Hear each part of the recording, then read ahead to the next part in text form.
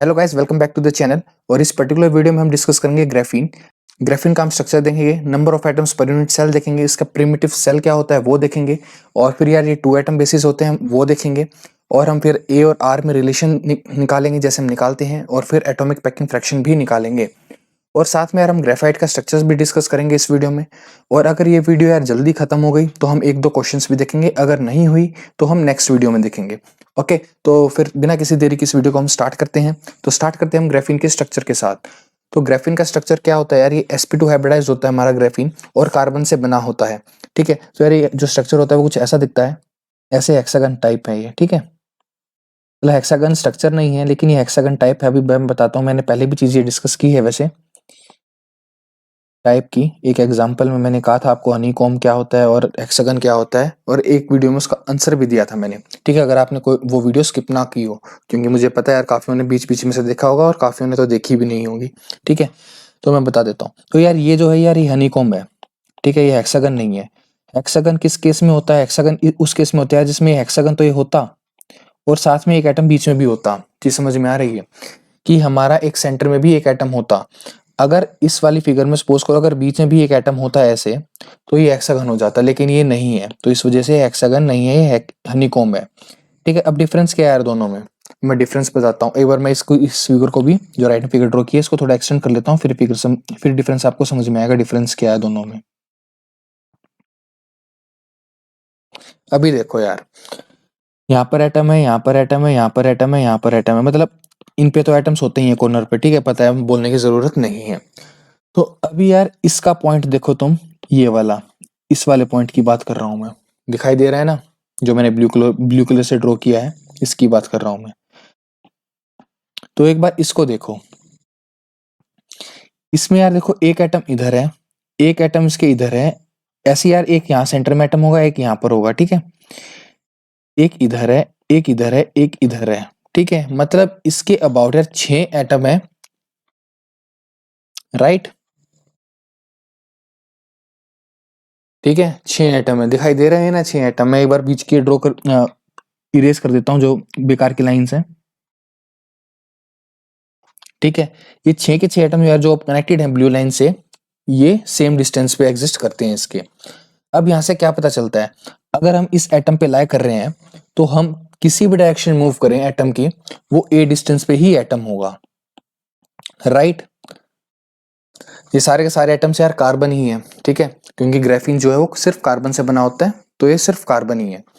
तो इतना समझ में आया कि अगर हम इस पॉइंट से, जो एरो वाला पॉइंट है जो, उस पे से हम किसी भी डायरेक्शन में मूव करें जहां पर एटम एग्जिस्ट कर रहा है, चाहे से वो ये वाली डायरेक्शन हो, चाहे से फिर वो ये वाली डायरेक्शन हो, ये वाली डायरेक्शन हो, ये वाली डायरेक्शन हो, या ये वाली डायरेक्शन हो, वो एक सेम डिस्टेंस पे ही होगा, और ये डिस्टेंस भी ए ही होगा। अगर हमारा ये वाला डिस्टेंस ए है ना, मतलब इसका लेटिस पैरामीटर जो ए है, तो ये वाला डिस्टेंस भी ए ही होगा, क्योंकि इक्विलेटरल ट्रायंगल फॉर्म हो रहे होंगे सारे। ठीक है, तो ये ए डिस्टेंस ही होगा। इतना समझ में आया? तो ये ए डिस्टेंस पे 6 एटम हमारे लाई कर रहे होंगे। ये हो गया हमारा हेक्सागन की बात, ये हेक्सागनल स्ट्रक्चर हमारा। ठीक है, इस चीज को मत भूलना। अब बात करते हैं हम हनीकॉम्ब में क्या है। यार अब हनीकॉम्ब का देखो, ये वाला यहाँ पर एटम एग्जिस्ट कर रहा है, लेकिन हमारा इस डायरेक्शन में एटम नहीं है, इसमें नहीं है, इसमें नहीं है। चीज समझ में आ रही है? ठीक है, मतलब कि यार जो डायरेक्शन है हर डायरेक्शन पे मूव करने पर सेम नहीं है। ये चीज समझ में आई? ये थी यार पहली चीज। ठीक है, क्योंकि इस चीज पे तो यार तुम ये कह दोगे कि जिस डायरेक्शन में एटम है हम उस डायरेक्शन क्यों नहीं बात कर रहे हैं, कि इस डायरेक्शन में एटम है ए पे, यहाँ पर भी ए पे है, यहाँ पर भी ए पे है, तो 3 एटम लिखने में क्या गलत है हमारा? गलत कुछ नहीं है। लेकिन यार जो बात है वो सिमेट्री की है। ठीक है, इस केस में और हेक्सागन वाले केस में दूसरा डिफरेंस बताऊंगा, जो इसका मेन डिफरेंस है तुम्हारा। ठीक है, मतलब जो इन दोनों चीजों को सही में डिफरेंशिएट करता है। ये तो मैंने यार एक चीज मतलब वैसे ही बोल दी, ये मतलब डिफरेंशिएशन नहीं है, लेकिन फिर भी यार तुम एक इस चीज से तुम्हें हेल्प होगी उस चीज को समझने में। ठीक है यार, अब इस वाले स्ट्रक्चर में जो लेफ्ट में ये हनीकॉम्ब है, इस वाले में कोई भी एक रैंडम पॉइंट चूज कर लो। इस लैटिस में सपोज करो मैंने ये वाला पॉइंट चूज किया। ठीक है, इसमें यार देखो इस तरफ एटम है, एक इस तरफ एटम है और एक इस तरफ एटम है, राइट। अब यही यार ये वाला पॉइंट चूज कर लो, ये वाला पॉइंट। ठीक है, तब इसमें तुम चूज करोगे तो वही सेम वेक्टर्स नहीं होंगे। ठीक है, क्योंकि देखो यार उसमें क्या किया था हमने, ये वाला आइटम चूज किया, ये वाली डायरेक्शन चूज की थी हमने, ये वाली डायरेक्शन चूज की थी हमने, और ये वाली डायरेक्शन चूज की थी। अब इस पोजीशन पर हमारे एटम्स एग्जिस्ट ही नहीं कर रहे हैं। चीज समझ में आ रही है? तो हमारे जो दो पॉइंट्स हैं साइमल्टेनियस, जो हमारे दो कंटिन्यूसली पॉइंट हैं, उनका जो वो है एनवायरनमेंट, वो दोनों का अलग अलग है। ठीक है, उनकी अबाउट सिमेट्री नहीं है। ठीक है, कोई भी तुम दो पॉइंट्स चूज कर लो, जैसे ये वाला चूज कर लिया तुमने, ये वाला चूज कर लिया, मैं पिंक कलर ले लेता हूँ अब। ठीक है, थोड़ा डिफरेंशिएट करना है। ये वाला चूज किया, फिर ये वाला चूज किया, ये दोनों अलग अलग हैं। ठीक है, ये वाला चूज किया, ये वाला चूज किया, ये अलग अलग है। चीज समझ में आ रही है? तो ये वाला जो है तुम्हारा हनीकॉम्ब है, ये ब्राइवेलेटिस नहीं है तुम्हारा। लेकिन जो तुम्हारा हेक्सागन है, हेक्सागन का तुम कोई भी पॉइंट चूज कर लो, उसके अबाउट सिमेट्री होगी। ठीक है, मैं इस फिगर पे जूम करता हूँ और तुम्हें बताता हूँ। ठीक है, तुम ये वाला पॉइंट चूज कर लो और एक ये वाला पॉइंट चूज कर लो। ठीक है, यहाँ पर एटम है हमारा सेंटर में, देखो इस डायरेक्शन में एटम है, ऐसे यार एक यहाँ पर भी एग्जिस्ट कर रहा होगा। और तब ये वाला मैं ड्रॉ करूंगा तो एक यहाँ पर भी एग्जिस्ट कर रहा है और एक यहाँ पर भी एग्जिस्ट कर रहा है। चीज समझ में आ रही है? इधर पूरा हेक्सागन यहाँ पर भी ये फॉर्म हो रहा है, ये वाला आइटम यहाँ पर होगा इस पोजीशन पर। चीज समझ में आ रही है? तो यार हेक्सागन में यार तू कोई भी आइटम चूज कर लो, वो सिमेट्रिक होगा। ठीक है, तो ये वाला जो हमारा ये ब्राइवेलेटिस होगा और ये वाला हनीकॉम्ब जो है वो लैटिस नहीं होगा। ये समझ में आ रही है? ओके, तो अब दोनों के स्ट्रक्चर में हमें डिफरेंस क्लियर है। ठीक है, अब जो ग्राफीन है यार वो हमारा ये होता है, जो लेफ्ट मैंने हनीकॉम्ब स्ट्रक्चर बनाया है। तो अब हमें हनीकॉम्ब को पहले लैटिस में कन्वर्ट करना पड़ेगा। ठीक है, हेक्सागन लैटिस में। तो अब वो कैसे करेंगे? तो एक बार इसका दोबारा से मैं स्ट्रक्चर बनाता हूँ ग्राफीन का, उसके बाद डिस्कस करते हैं हम हनीकॉम्ब को हेक्सागन में कैसे चेंज कर सकते हैं। अब यार यहाँ पर हमारी प्रीवियस इंफॉर्मेशन काम आएगी, जो मैंने पीछे बताया था कि हम 2 एटम बेसिस कैसे लिखते हैं। तो अब यार ये वाला जो है लैटिस हनीकॉम्ब लैटिस, मतलब हनीकॉम्ब स्ट्रक्चर है, उसको हम 1 एटम के फॉर्म में लैटिस नहीं कह सकते। लेकिन अगर हम 2 एटम बेसिस कंसिडर करें तो वो हेक्सागन लैटिस में हो जाता है। अब हम वही चीज देखेंगे। ओके, तो अभी हम पहले स्ट्रक्चर बना लेते हैं ग्राफीन का, उसके बाद देखते हैं।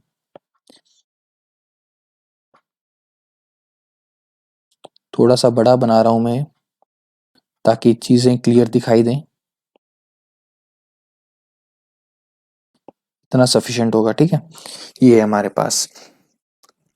अब ये चीज क्लियर है ना, मैंने एनवायरनमेंट की जो बात की थी, अगर तुम ये वाला पॉइंट चूज करोगे और एक ये वाला पॉइंट चूज करोगे तो दोनों का जो सराउंडिंग है वो अलग अलग है। ठीक है, इतना समझ में आता है हमें। ठीक है, क्योंकि यार देखो इधर अलग है हमारा, इधर एटम है। ठीक है, एक इधर एटम है, एक इधर एटम है, लेकिन अगर हम इस पे यही वेक्टर्स ड्रॉ करें, यहाँ पर एटम नहीं है। ठीक है, यहाँ पर एटम नहीं है और फिर इस डायरेक्शन में भी एटम नहीं है। ठीक है, तो ये हमारे दोनों में डिफरेंस था। उम्मीद है ये चीजें आपको क्लियर हो गई होंगी, क्योंकि यार बहुत जरूरी ये चीज समझनी। ठीक है, इसके बिना थोड़ी सी दिक्कत आ सकती है। तो अभी आते हैं हम मेन चीज के ऊपर, जो है हमारी हेक्सागन में इसको कन्वर्ट करना।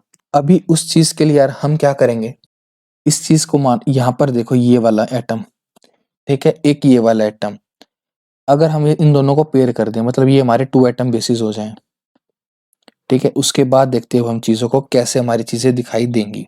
ठीक है, तो मतलब जो ये वाली मेरी पोजीशन है, मैं इसको ए बोल देता हूँ इस वाली पोजीशन को, और इसको बी बोल देता हूँ। मतलब कि अब मेरे पास ये 2 टाइप के एटम हो गए, एक ए टाइप कार्बन एटम, एक बी टाइप कार्बन एटम। दोनों कार्बन एटम है, लेकिन दोनों की सराउंडिंग्स अलग अलग हैं, इस वजह से हम इन दोनों को डिफ्रेंशिएट कर रहे हैं। चीज समझ में आई? ओके, ऐसे यार एक यहाँ पर होगा, ये वाला ए एटम होगा, ये वाला हमारा बी एटम होगा, दोनों कार्बन एटम होंगे। ओके, ये चीज हमेशा माइंड में रखना, ये ए है ये बी है। ओके, और यार ये रेगुलर हेक्सागन है। ठीक है, थोड़े फिगर में दिखाई नहीं दे रहे हैं, लेकिन ये रेगुलर है। ओके, तो ये हो गया हमारा, इतना हमें क्लियर है।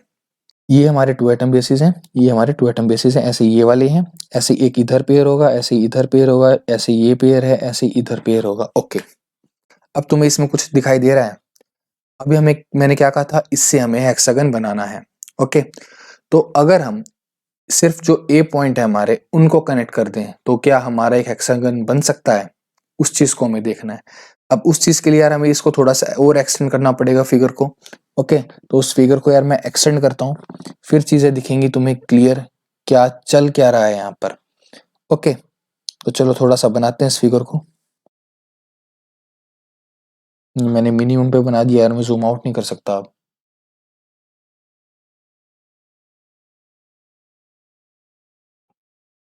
ओके, तो मैंने इस फिगर को एक्सटेंड कर दिया और हमें इतनी ही फिगर की जरूरत है अब। ओके, तो अब देखो यार हमारे पास देखो एक यहाँ पर ए एटम है, ये बी है।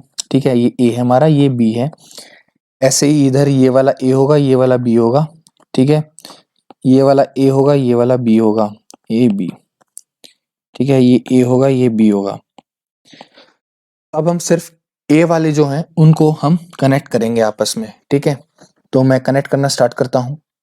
ये वाला कनेक्ट हो गया, ये वाला कनेक्ट हो गया, ये वाला कनेक्ट हो गया, ओके। फिर यहाँ से ये वाला कनेक्ट हो गया, और फिर ये वाला कनेक्ट हो गया, और ये यहाँ से ये कनेक्ट हो गया।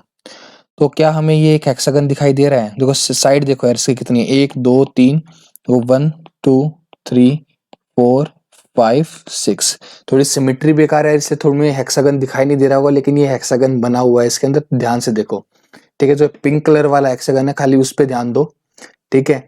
ये कि हेक्सागन बना हुआ है, ये देखो इस टाइप का हेक्सागन बना हुआ है, ठीक है। ये दिखाई नहीं दे रहा ना नीचे वाला, देखो इस वाला, ये वाला जो मैंने हेक्सागन बना रखा है, ये वाला इस टाइप का बना हुआ है हेक्सागन इसके अंदर, स्पीकर के अंदर, ठीक है। जो हमारे ये ए वाले पॉइंट्स है ना, उन्होंने बनाया हुआ है, ओके। जो 1 2 3 4 5 6 मैंने साइड जो मैंने नेमिंग की है वो है, ओके। तो ये हमारा हेक्सागन फॉर्म हो रखा है इसके अंदर, इतना हमें समझ में आता है। अब देखो जो हेक्सागन है ये सिर्फ ए पॉइंट से हुआ है, ठीक है, और ए के साथ हमारा बी एटम भी अटैच है, ये हमारे 2 एटम बेसिस की तरह काम कर रहे हैं, मतलब की चीज समझ में आ रही है, ठीक है। तो हमारे 2 एटम बेसिस हो गए, और ये हेक्सागन हमारा फॉर्म हो गया। तो ये था हमारा स्ट्रक्चर इसका, और इसको 2 एटम बेसिस में हमने कैसे कन्वर्ट किया हेक्सागन में। अभी देखो यार, जो ये वाला एटम है, ये वाला भी एग्जिस्ट कर रहा है इसके अंदर एक एक्स्ट्रा सेंटर में, इसी वजह से हेक्सागन है। क्योंकि यार हेक्सागन में क्या था हमारा, हेक्सागन में क्या था, एक हमारा हेक्सागन बना हुआ था और उसके एक सेंटर में एटम था, वो तब हमारा हेक्सागन लैटिस बन रहा था। चीज समझ में आ रही है? ओके। क्योंकि इसी पॉइंट की वजह से यार हमारी जो सिमेट्री है वो बनती है।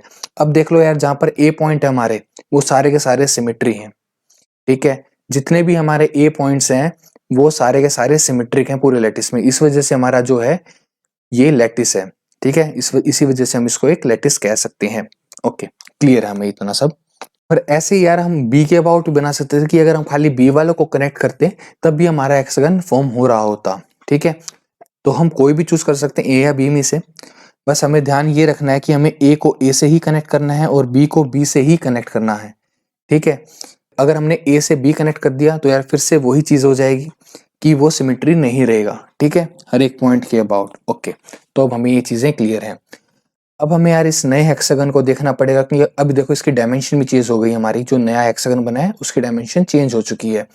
और पुराने वाले की अगर हमारी ए है, और अगर हम नए वाले की ए डैश मान लें, तो हमें पहले ए और ए डैश में रिलेशन निकालना पड़ेगा, और फिर ए डैश को हमें आर से रिलेट करना पड़ेगा। आर क्या है हमारा, एक एटम का रेडियस, मतलब कि जो हमारे कार्बन एटम का रेडियस है वो वाला आर। एक तो हमारे पास सबसे पहले एक चीज है कि हम ए इज इक्वल टू 2r लिख सकते हैं, ठीक है। यहाँ पर जो हमारा ए है वो हमारा लेंथ है हनीकॉम वाले में, ठीक है, मतलब जो हनीकॉम वाला था हमारा उसमें। और ए डैश जो है हमारी, वो जो हमारा हेक्सागन लैटिस फॉर्म हो रहा है हनीकॉम लैटिस से, जो हमने हेक्सागन बनाया है उसका लैटिस पैरामीटर। ओके, चीज समझ में आई? ठीक है।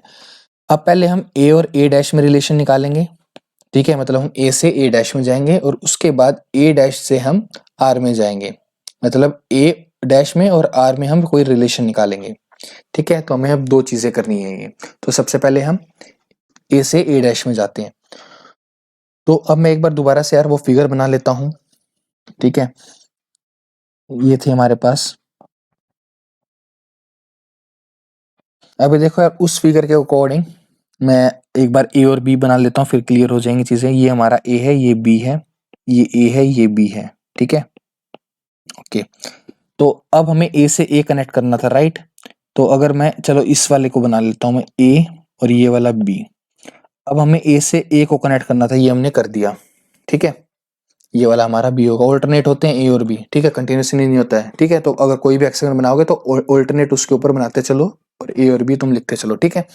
तो हमने ए से ए कनेक्ट कर दिया यहाँ पर, तो ये वाला जो हमारा ये ए डैश है और ए बी का जो डिस्टेंस है वो ए है। चीज समझ में आई? हनीकॉम वाले का हमने ए लिख दिया है, और जो न्यू हेक्सागन बनेगा उसका लेटिस पैरामीटर जो है वो ए है। मतलब ए डैश जो हमारा वो ए और ए को कनेक्ट करने पे मिलेगा या फिर बी को बी से कनेक्ट करने पे मिलेगा ए डैश। ठीक है, मतलब दो तरीके हैं और हम ए से ए को कनेक्ट कर रहे हैं, इस वजह से ये है। ओके, तो अब हम इस ट्रायंगल को लेते हैं यार। ठीक है, ये ट्रायंगल बना रहा हूं मैं वही, ये हमारा ए है, ये बी है, ये ए है। ठीक है, मतलब ये वाली जो हमने ट्रायंगल है इसको मैंने थोड़ा बड़ा बना दिया है जस्ट। अब हेक्सागन है यार वो हमारा, तो ये वाला एंगल जो है वो 120 डिग्री होगा। ठीक है, अब 120 डिग्री होगा, राइट। अब ये वाला भी ए है हमारा, ये वाला भी ए है हमारा, और ये वाला हमारा ए डैश है, राइट। अब ये आइसोसेलेस ट्रायंगल है, तो ये वाला एंगल कितना होगा, 30 डिग्री के होंगे दोनों। ठीक है, इतना तो तुम निकाल ही लोगे। ओके, ठीक है, तो अब हमें निकालना है ए डैश। ए डैश क्या होगी यार, अगर हम एक यहाँ से इसको ऊपर परपेंडिकुलर मारे बी पॉइंट से इस लाइन के ऊपर, तो जो हमारा ये वाला होगा ये कितना होगा, बताओ कितना होगा, बड़ा इजी है बताना है। ये होगा हमारा ए कोस 30, राइट। ये पेन थोड़ा सा ज्यादा मोटा है, थोड़ा पतला कर लेते हैं। ए कोस 30, ठीक है। अब इस ए कोस 30 को क्या लिख सकते हैं हम, a√3/2। लेकिन यार ये तो सिर्फ हमारा ये इतना हुआ, राइट, लेकिन हमें तो चाहिए पूरा ए से ए का डिस्टेंस, मतलब कि जो हमें ए डैश चाहिए, राइट। तो ये कितना हो जाएगा, 2 टाइम्स ऑफ दिस वन, तो ये हो गया हमारा √3 है। तो हमारा जो ए डैश और ए के बीच में हमारा यहाँ पर ये रिलेशन आ गया। ठीक है, इतना समझ में आया। ओके, तो अब हमें क्या करना है, नेक्स्ट स्टेप। नेक्स्ट स्टेप हमें ये करना है कि हमें ए से आर में जाना है। अब ए से आर में जाने का तो यार बता ही दिया था मैंने, ए = 2r पुट कर दो। ठीक है, तो हमारा यहाँ से ए डैश आ जाएगा, ए डैश आ जाएगा हमारा 2√3r। ओके, जस्ट हमने ए को 2r पुट कर दिया है। ठीक है, इतना हमने किया इस चीज में। तो अब हमें ए डैश मिल गया है। ए डैश क्या है हमारा, हेक्सागन का लेटिस पैरामीटर, जो हमारा नया हेक्सागन है, कि जो हमारा हेक्सागन आया है जिसमें सिर्फ हमारे ए एटम्स हैं फिलहाल। ठीक है, वो हमारा ए डैश होगा। ठीक है, इसका ये लेटिस पैरामीटर। और बी हमारा 2 एटम बेसिस की तरह काम करेगा, तो हर पॉइंट से ऐसे ऐसे बी होंगे हमारे। ठीक है, चीज समझ में आ रही है। क्योंकि देखो ये वाला हेक्सागन इसी टाइप का बना था ना ऊपर, और यहाँ पर भी देखो ये वाली लाइन आई है, ये वाली लाइन ऐसे ही है। ओके, ये मतलब यहाँ पर मैंने इस पे, ये तुम्हें ग्रीन एरो दिखी ना, ये वाली एरो जो मैं डार्क कर रहा हूँ अभी, ये वाली बनाई थी मैंने अभी, अगर तुमने नोटिस ना किया हो तो। ठीक है, ओके, तो ये हमारा हेक्सागन आ गया और बी हमारे ऐसे अटैच होंगे। ओके, समझ में आता है इतना। ठीक है, अब हम नेक्स्ट चीज क्या निकालें, तो सबसे पहले यार इसकी नेचर की बात कर लें। नेचर क्या है, देखो यार नेचर क्या है, मतलब एक यूनिट सेल है हमारा है, और एक यूनिट सेल में हमारे जो नंबर ऑफ एटम्स हैं वो 1 से ज्यादा है। ये चीज क्लियर है, तो ये हमारा नॉन प्रिमिटिव है। पहली चीज तो ये हो गई। ठीक है, अब नंबर ऑफ एटम्स ही निकाल लेते हैं कि कितने होते हैं सबसे पहले। ठीक है, क्योंकि आगे भी हमें निकालने तो हैं ही, तो सबसे पहले हम यही निकाल लेते हैं। तो नंबर ऑफ एटम्स की बात कर लेते हैं हम, number of atoms per unit cell. Okay, तो हमारे पास अब एक हेक्सागन है, हेक्सागन ये नए वाला ही बना रहा हूं मैं। ठीक है, मतलब जो हमारा हेक्सागन लैटिस आया है वो वाला हेक्सागन है, हनीकॉम्ब वाला नहीं है। ठीक है, ये हमारा ए डैश है। ओके, क्लियर है। तो अब इसमें हमें नंबर ऑफ एटम्स निकालने हैं, कितने होंगे। ठीक है, तो नंबर ऑफ एटम्स कितने होंगे यार इसमें, देखो कॉर्नर्स पे है हमारे पास 6 एटम्स, और एक कॉर्नर वाले का कितना कंट्रीब्यूशन आता है, 1/3। करेक्ट, क्योंकि 120 डिग्री एंगल होता है इसके अंदर। ठीक है, तो वो 120 degree by 360 is equal to 1/3। और ये क्योंकि हमारा ये प्लेनर होता है, ग्राफीन 2D 2 डायमेंशनल होता है, तो इस वजह से वो 1/2 का फैक्टर एक्स्ट्रा ऐड नहीं होता है। ये समझ में आ रही है, तो ये इसका जो कंट्रीब्यूशन है वो 1/3 है, जो हमने हेक्सागोनल लैटिस में किया था, हेक्सागन क्लोज पैक लैटिस में जो हमने किया था। ये समझ में आ रही है, जो हमने HCP डिस्कस किया था ना पहले, उसमें हम 1/6 कंट्रीब्यूशन देते थे, क्योंकि वो हमारा 3D स्ट्रक्चर था। ठीक है, ओके, ऐसे हमारे एक सेंटर में एटम है, तो उसकी वजह से 1 कंट्रीब्यूशन, तो ये हो गया 3 एटम पर सेल। पर क्या ये हमारा सही आंसर है, थोड़ा सोचो इस बारे में, क्या ये हमारा सही आंसर है, नहीं, ये हमारा सही आंसर नहीं है। क्यों सही नहीं है, क्योंकि इसमें हमने सिर्फ ए एटम को कंसिडर किया, हमने बी टाइप वालों को तो कंसिडर ही नहीं किया है, तो ये हमारा गलत हो गया। क्योंकि यार जो हमने हेक्सागन जो हम बना रहे हैं, ये जैसे हम इसमें शो ना कर रहे हो, लेकिन बी एटम तो एग्जिस्ट कर रहे हैं ना रियल में, क्योंकि हम 2 एटम बेसिस मान के चल रहे हैं। करेक्ट, राइट, क्योंकि हम देखो 2 एटम बेसिस मान के चल रहे हैं उसको, तो हमें उनको कंसिडर तो करना पड़ेगा। लेकिन मैं यहाँ पर बस जस्ट फिगर में रिप्रेजेंट नहीं कर रहा हूँ कि बी नहीं है, लेकिन रियलिटी में तो बी एग्जिस्ट कर रहा है ना। तो अगर मैं बी वालों को इंक्लूड करूँ तो वो कैसे आएंगे, अब वो देख लेते हैं। उसके लिए यार हमें देखो इजी तो वही रहेगा कि हम उसको बना के चलें पूरा ही, ठीक है। मतलब जो इनिशियल है हमारा, हनीकॉम्ब स्ट्रक्चर बनाए पहले और उससे फिर हम हेक्सागन पर आए। चीज समझ में आ रही है? तो ये वाला अगर हमारा है, और सपोज करो ये वाला ए है, ये वाला बी है, ये वाला ए है, ये वाला बी है, और ये हमारा हेक्सागन बन रहा है। इधर बनाते हैं इधर, ठीक है। ये वाला अगर हमारा हेक्सागन बन रहा है, ये वाला ए होगा तो ये वाला आपस में यहाँ से कनेक्ट होगा, फिर ये वाला यहाँ से कनेक्ट होगा, ऐसे ये वाला यहाँ पर आएगा, फिर एक ऐसे ऐसे एग्जिस्ट कर रहा होगा, ठीक है। मतलब ये वाला हमारा हेक्सागन बन रहा होगा, जो मैं डार्क कर रहा हूँ ये वाला हमारा हेक्सागन बन रहा होगा, ठीक है। चीज समझ में आई? अब इतना तो तुम्हें समझ में आ गया होगा कि इसको विजुलाइज कैसे करते हैं। अगर विजुलाइजेशन में दिक्कत आ रही है तो यार फिर दिक्कत हो सकती है ना। अब ये वाला भी हमारा ए होगा, तो अब हमें इसका देखना है कि इसके अंदर बी एटम्स कितने एग्जिस्ट कर रहे हैं, ठीक है। अब देखो यार बी एक तो यहाँ पर है हमारा, जो मैं ग्रीन से ड्रॉ कर रहा हूँ वो हमारे बी हैं, एक यहाँ पर है हमारा बी और एक हमारा यहाँ पर बी है, तो 3 हमारे बी एग्जिस्ट कर रहे हैं, ठीक है। 3 एटम पर सेल, तो हमारे टोटल जो है वो 6 एटम पर सेल हो जाएंगे, ओके। और यार अगर हम इस फिगर से ही देख रहे हैं, अगर हम पहले इस फिगर को बना रहे हैं, तो हमें ऐसे लिखना चाहिए कि 1/3 इंटू 6, मतलब कि हमारा कॉर्नर का कंट्रीब्यूशन प्लस 4 एटम इनसाइड है, ठीक है। तो ये हमारे 6 एटम पर सेल हो जाएंगे, ठीक है। तो ये 2 तरीके हैं इस चीज को देखने के। बेटर ये रहेगा कि तुम इस सेकंड वे से जाओ, ठीक है, कि बना के चलो, फिर तुम्हें क्लियरिटी पोजीशन का पता होगा बेसिकली तुम्हें कि कहाँ कहाँ पर वो एग्जिस्ट कर रहे हैं, ठीक है। अगर मैं यहाँ पर डायरेक्ट बनाऊं तो डायरेक्ट कैसे बनेंगे, तो डायरेक्ट यार तुम इस चीज को ऐसे समझ सकते हो कि एक एटम तो यार इसकी वजह से आ रहा होगा, राइट, एक इसकी वजह से आ रहा होगा, और जो तीसरा एटम आ रहा होगा वो आ रहा होगा जो यहाँ पर एटम एग्जिस्ट करेगा सेंटर में। तो तुम ये वाला तरीका फॉलो करना, ठीक है, ये वाला ज्यादा ईजी है। ओके, तो हमारे पास अब 6 एटम आ गए हैं, ठीक है। मतलब जो हमारा एन है वो आ गया है 6 एटम पर सेल, नंबर डेंसिटी आ गई है हमारी, ओके। तो अब हमने क्या क्या निकाल लिया है, नंबर ऑफ एटम्स निकाल लिए हैं, और हमने ए और आर के बीच में रिलेशन निकाल लिया है। ए और आर के बीच में क्या रिलेशन आया था यार हमारा, वो आया था हमारा ए इज इक्वल टू 2√3 आर, और ये हमारा ए डैश था। ए डैश क्या हमारा हेक्सागन की लेंथ पैरामीटर, राइट। तो हमारे पास ये 2 चीज आ चुकी हैं। एटॉमिक पैकिंग फ्रैक्शन निकालने से पहले एक बार नियरेस्ट नेबर भी डिस्कस कर लेते हैं। तो नंबर ऑफ नियरेस्ट नेबर देखो यार क्या होगा, देखो अगर मैं इसी में बात करूं इस वाले फिगर में, तो नियरेस्ट नेबर यार हम कैसे निकालेंगे। ये देखो अगर मैं इस वाले एटम को कंसिडर करूं, जो ए वाला पोजीशन है जो मैं एरो से दिखा रहा हूँ ग्रीन एरो से, ठीक है, इसकी मैं बात करूं, तो इससे यार देखो एक तो ये वाला है हमारे पास, एक ये वाला है और एक ये वाला है, ठीक है। तो हमारे पास 3 नियरेस्ट नेबर होंगे, ठीक है, नियरेस्ट नेबर जो कि कितने डिस्टेंस पे होंगे हमारे, ए पे होंगे। ए क्या है हमारा हनीकॉम्ब वाले का, राइट। और अगर हम इसके ऊपर कहना चाहें, किसके ऊपर, हेक्सागन लैटिस पैरामीटर के ऊपर, तो ये ए डैश बाय √3 होगा, क्योंकि हमने ए और उसमें रिलेशन निकाला था ना, ए डैश क्या था हमारा √3 टाइम्स ऑफ ए, राइट। तो यहाँ से हमारा ए डैश बाय √3 होगा ये, ओके।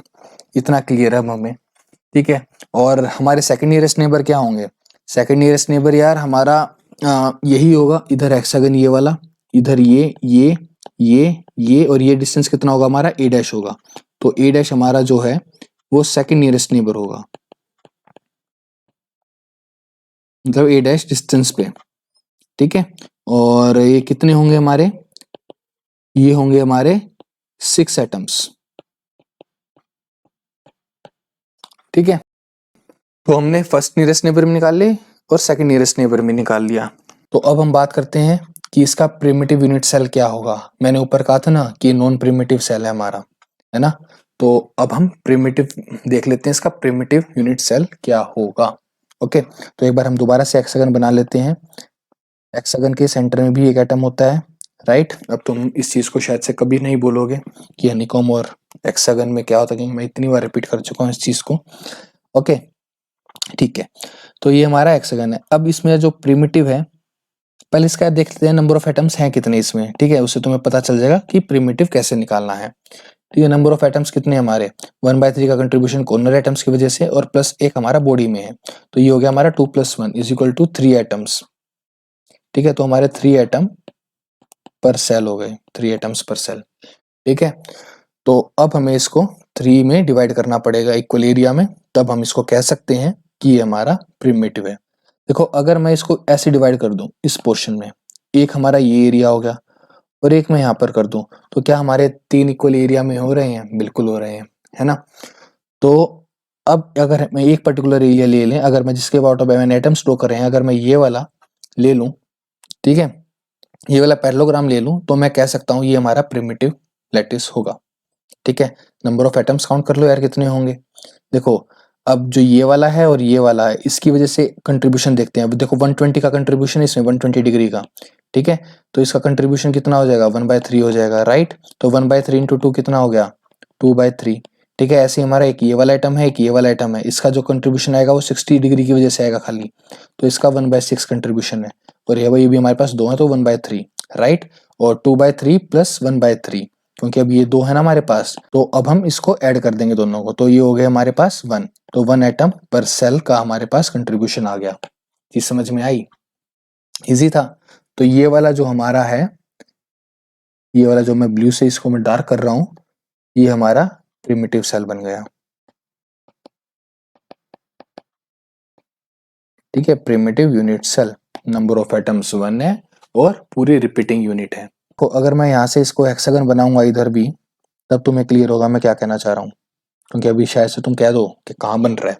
ठीक है, अभी देखो यहाँ पर मैं बनाऊंगा तो ये बन गया, फिर ऐसे ही एक ये इधर बन गया, ऐसे ही ये नीचे बन जाएगा, तो पूरी रिपीटिंग यूनिट हो जाएगी। चीज समझ में आ रही है? यहाँ पर भी ऐसे बन गया, यहाँ पर भी ये बन रहा है, ठीक है, यहाँ पर ये ऐसे बन जाएगा, ऐसे यहाँ बन जाएगा, तो चीज समझ में आ रही है? तो कैसे रिपीट कर रहे हैं।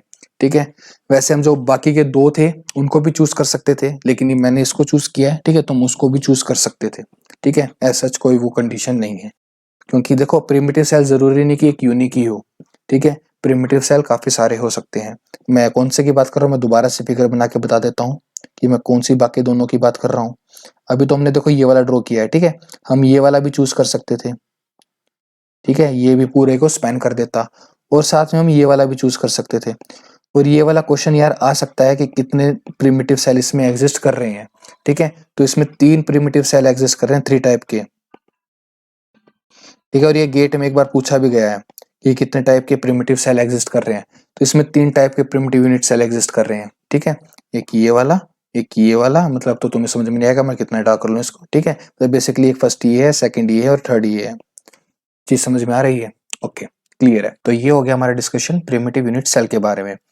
अभी यार ये प्रिमिटिव यूनिट सेल के बारे में डिस्कस करते हुए मेरे को एक चीज माइंड में स्ट्राइक हुई कि हमने यहाँ पर ऊपर तब हम ये निकाल रहे थे, नंबर ऑफ एटम्स निकाल रहे थे पर यूनिट सेल, तो हमने इसमें बी को इंक्लूड नहीं किया, हमने सिर्फ ए को इंक्लूड किया है, राइट। क्योंकि देखो हमने जो ये वाला वो लिया, हमने पैरेललोग्राम हम कंसिडर करा, तो हमने यहाँ पे सिर्फ ए एटम्स के बारे में लिया, हमने बी को डिस्कस ही नहीं किया, है ना।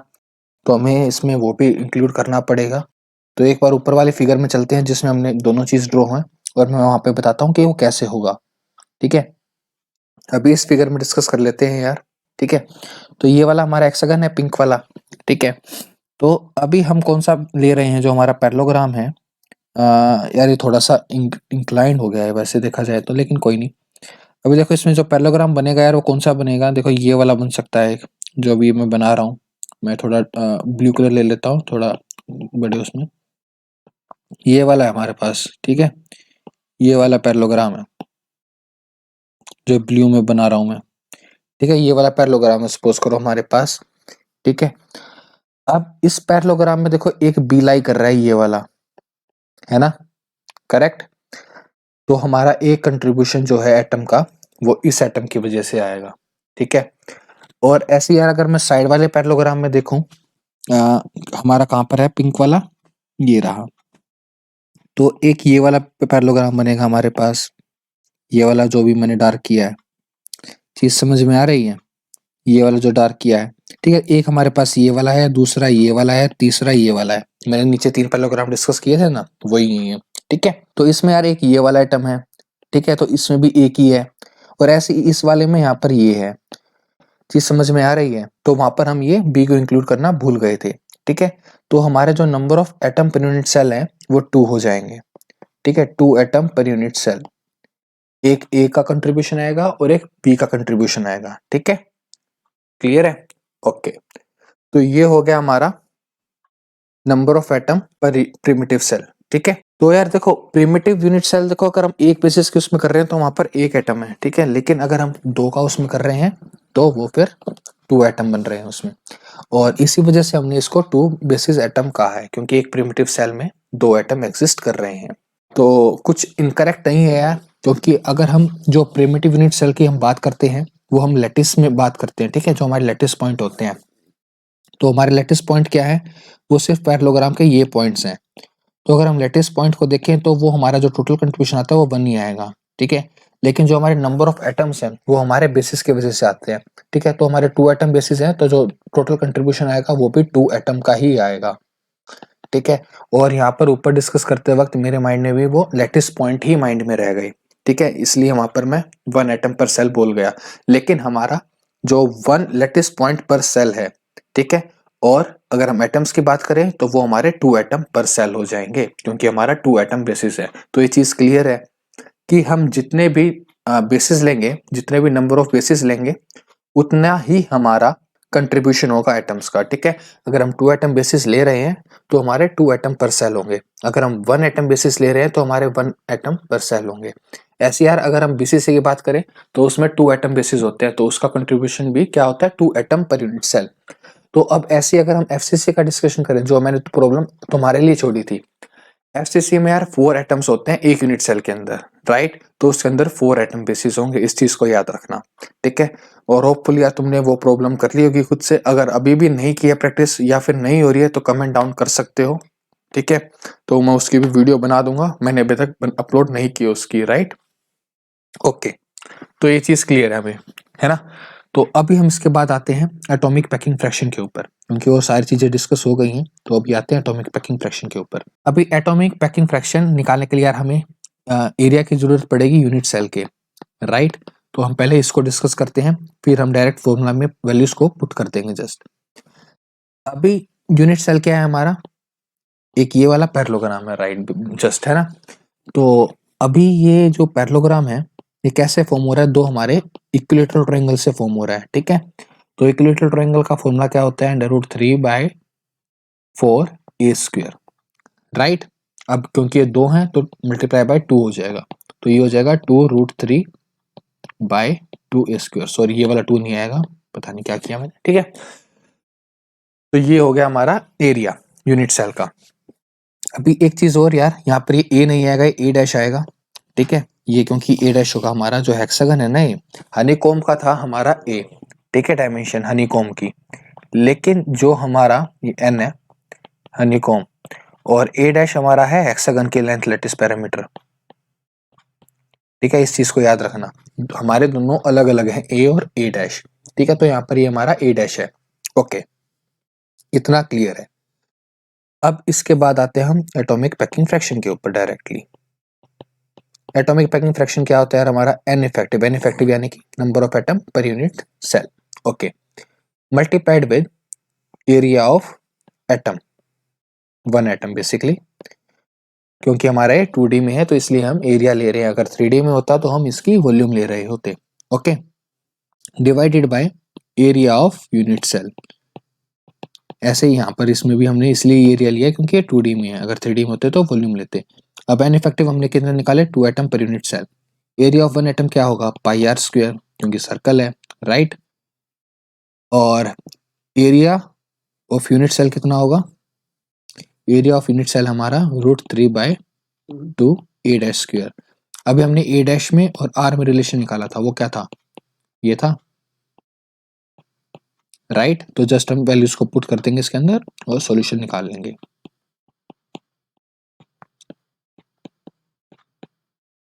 और 3 r² से r² कैंसिल आउट। अब हमारे पास क्या बच गया है यहाँ पर, ये आ जाएगा हमारे पास π/3√3। ये हमारा एटॉमिक पैकिंग फ्रैक्शन हो गया ग्राफीन का। इसकी वैल्यू कितनी आएगी सोल्व करने के बाद, इसकी वैल्यू आ जाएगी हमारे पास 0.604।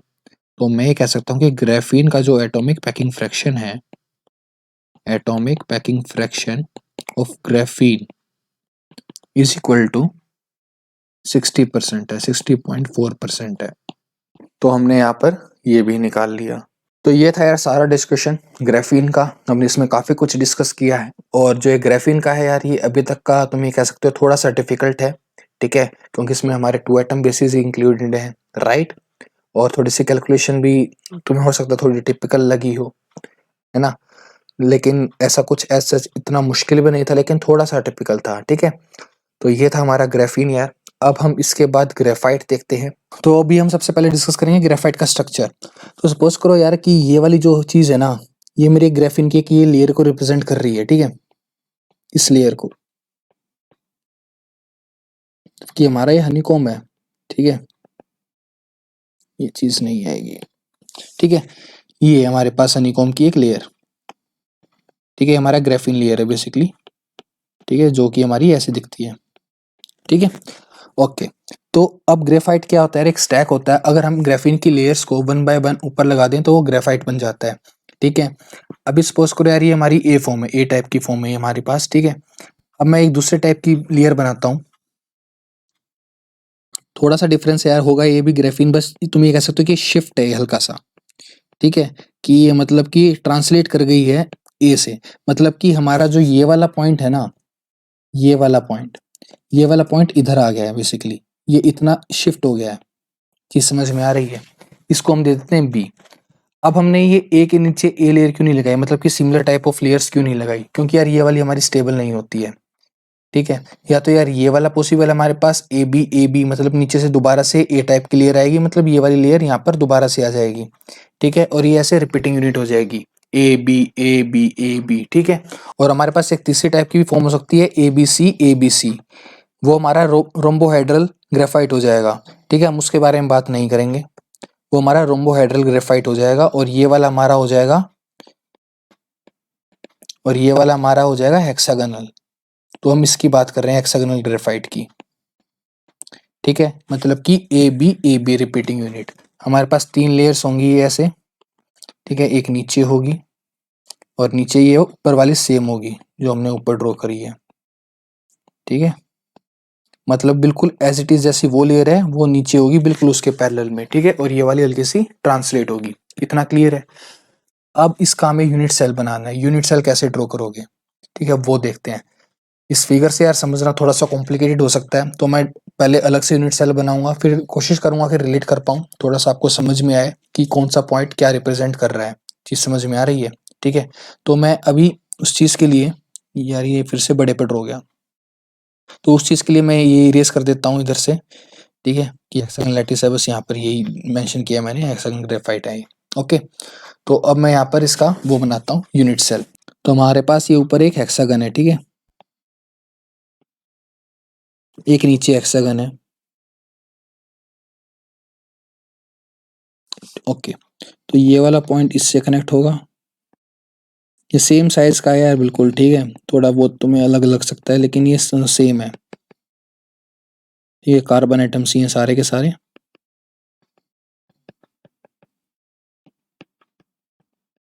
ये वाला पॉइंट इधर कंसीडर कर लो, ठीक, ठीक है, ये ऐसे, ओके, समझ में आ रही है लेयर्स? ये हमारी ए लेयर है, ये भी हमारी ए लेयर है, ये वाली लेयर ये है, और ये वाली लेयर ये है। अब बीच में बी लेयर कैसे इंसर्ट होगी, तो यार उस चीज के लिए नेमिंग कर लोगे, सबसे इजी वे है बनाने का, कि यहाँ से सपोज करो ये इसको हमने 1 नेम कर दिया, यहाँ से 2 कर दिया, ये 3 कर दिया, ये 4 कर दिया, ये 5 कर दिया, ये 6 कर दिया, ठीक है। अब इन पॉइंट से यार नीचे लाइन कनेक्ट हो रही है नीचे वाले से ऐसे ही, ठीक है। अगर मैं यहाँ पर भी सेम नेमिंग कर दूं 1 2 3 4 5 6, ठीक है, तो ये नीचे आपस में कनेक्ट हो रही है, 1 से 1 कनेक्ट हो रहा है, 2 से 2 कनेक्ट हो रहा है, ठीक है।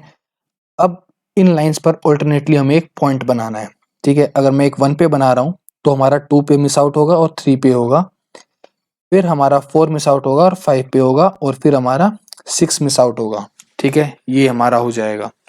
और एक हमारा इसके सेंटर पे एटम होगा, ठीक है, ये हमारे पास 4 एटम हो जाएंगे। ये हमारी बी लेयर होगी जो इस यूनिट सेल के अंदर लाई कर रही होगी, चीज समझ में आ रही है? ठीक है, तो ये हमारा स्ट्रक्चर है यूनिट सेल का ग्रेफाइट के लिए। तो अभी स्ट्रक्चर को थोड़ा सा कंपेयर कर लेते हैं जो हमने पहले लेयर्स बनाई थी उससे। ठीक है, समझने की कोशिश करते हैं कि ये कैसे आया है। ओके, तो देखो पहले मैंने बताया था कि ये शिफ्ट होगा, ये वाला पॉइंट जो है यहाँ पर ये शिफ्ट हो रहा है, ये वाला पॉइंट ये यहाँ पर आ गया। ठीक है, अब ये कितना शिफ्ट होगा वो हमें देखना है। ठीक है यार, देखो ये ऐसे शिफ्ट होगा कि ये वाला जो सेंटर है ना, ये वाला और ये वाला पॉइंट इसके बीच में लाया करेगा। चीज समझ में आ रही है? ये इतना शिफ्ट होगा, मतलब हम ऐसा मान के चल रहे हैं कि ये इतना शिफ्ट है कि एक अच्छा ए बी लेयर बन जाए, ये इतना शिफ्ट है। ठीक है, तो ये वाला इसके सेंटर में होगा, ये ऐसे, और ये वाला पॉइंट ये वाला है। चीज समझ में आ रही है? ये वाला जो हमारा पॉइंट है, मैं कलर चेंज कर लेता हूं, जो मेरा ये वाला पॉइंट है ये वाला पॉइंट है।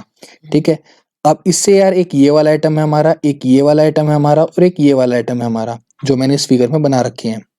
ये वाला इसके कोरस्पॉन्डिंग आ गया, ये वाला इसके कोरस्पॉन्डिंग आ गया, सॉरी, और ये वाला इसके कोरस्पॉन्डिंग आ गया। चीज समझ में आई? क्लियर है? अभी इसके कोरस्पॉन्डिंग देखो, यहाँ पर एटम ये वाला बाहर चला जाएगा। ठीक है, मतलब उसके अंदर लाए नहीं करेगा, क्योंकि देखो यहाँ से ये वाला डिस्टेंस कितना हो गया, ए से तो ज्यादा हो गया ना, ये से तो ये ज्यादा डिस्टेंस हो जाएगा, तो ये वाला पॉइंट जो है वो इस यूनिट सेल से बाहर चला जाएगा, ऐसे ही नीचे वाला बाहर चला जाएगा। ठीक है, तो सिर्फ ये वाले 3 पॉइंट ही हमारे इसके अंदर होंगे। ठीक है, तो हमारे पास एक एटम तो यार यहाँ पर पूरा बॉडी के अंदर होगा, अगर कंट्रीब्यूशन निकाल रहा हूँ मैं अब बी लेयर का पहले। ठीक है, और जो हमारे ये कॉर्नर्स पर एटम है, ये इधर ये वाले जो मैं पिंक कलर से कर रहा हूँ, इनका कंट्रीब्यूशन आएगा 1/3। ठीक है, और ये हमारे पास 3 है। ठीक है, तो यहाँ से टू एटम हो गए हमारे ये। इतना क्लियर है? ठीक है, अभी ऐसे ऊपर टॉप का भी देख लेते हैं और नीचे वाले का भी देख लेते हैं कितने हैं। ओके, तो अभी टॉप लेयर का देखते हैं हम। तो अभी टॉप लेयर में हमारे पास 6 एटम है। ठीक है, और एक एटम का कंट्रीब्यूशन कितना होगा, 120 डिवाइडेड बाय 360, और ये 3D में है तो एक ऊपर भी जाएगा और मतलब एक हाफ फैक्टर हो रहेगा ऊपर और नीचे वाले में। ठीक है, कि हाफ वो ऊपर वाले में जाएगा और हाफ नीचे वाले यूनिट सेल में आएगा, तो हाफ का वहां से फैक्टर आएगा, तो कितना हो जाएगा ये 1/3 और हाफ, तो 1/6 कंट्रीब्यूशन है एक एटम का। टोटल हमारे पास कितने हैं, 6 हैं, तो 1 एटम का कंट्रीब्यूशन हमारा टॉप लेयर से आ गया, और ऐसे ही 1 एटम का कंट्रीब्यूशन हमारा नीचे वाले से आ जाएगा। तो टोटल कंट्रीब्यूशन हमारे पास कितना आ गया, 1 + 2 + 1 4 एटम पर सेल। ठीक है, ये हमारा कंट्रीब्यूशन आ गया, एन इफेक्टिव हो गया हमारा 4। ठीक है, चीज समझ में आ गई है? एन इफेक्टिव हमारा यहाँ से 4 आ गया। अभी देखो यार, जो हमारी ये लेयर है ए बी लेयर, ये आपस में कनेक्टेड नहीं है। कनेक्टेड नहीं है मतलब कि जो ऊपर वाली का जो कार्बन एटम है वो नीचे वाले के कार्बन एटम से कनेक्टेड नहीं है किसी भी सेंस में। ठीक है, वो ऐसे हो सकता है, वो ऐसे हो सकता है, मतलब कैसे भी हो सकता है, लेकिन वो आपस में कनेक्टेड नहीं है। चीज समझ में आ रही है? अभी एक चीज और यार, कि जो हमारी ये ए बी लेयर्स हैं ये आपस में कनेक्टेड नहीं है। ठीक है, अब कनेक्टेड नहीं है तो मतलब कि एक हमारे पास अगर ये ए का एटम है और ये वाला बी का एटम है तो इनके बीच में एक गैप है। ठीक है, ये ऐसे टच नहीं है एक दूसरे के। चीज समझ में आ रही है? ये टच नहीं है, तो इसका मतलब कि ये हाइट जो है, हाइट के बीच में और इन एटम्स के रेडियस के बीच में, या फिर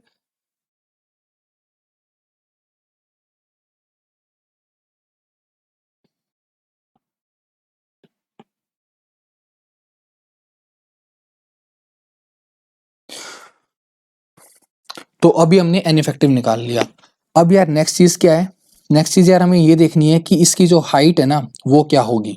ठीक है, अब यार देखो हाइट ना इसकी हमें डायरेक्ट याद करनी पड़ेगी कि इसकी हाइट कितनी होती है। ठीक है, इसकी हाइट होती है वो होती है 4.8 टाइम्स ए के। ठीक है, ए क्या है हमारा, लेंथ लैटिस पैरामीटर हेक्सागन का। चीज समझ में आ रही है? ये यार एक हेक्सागन का मतलब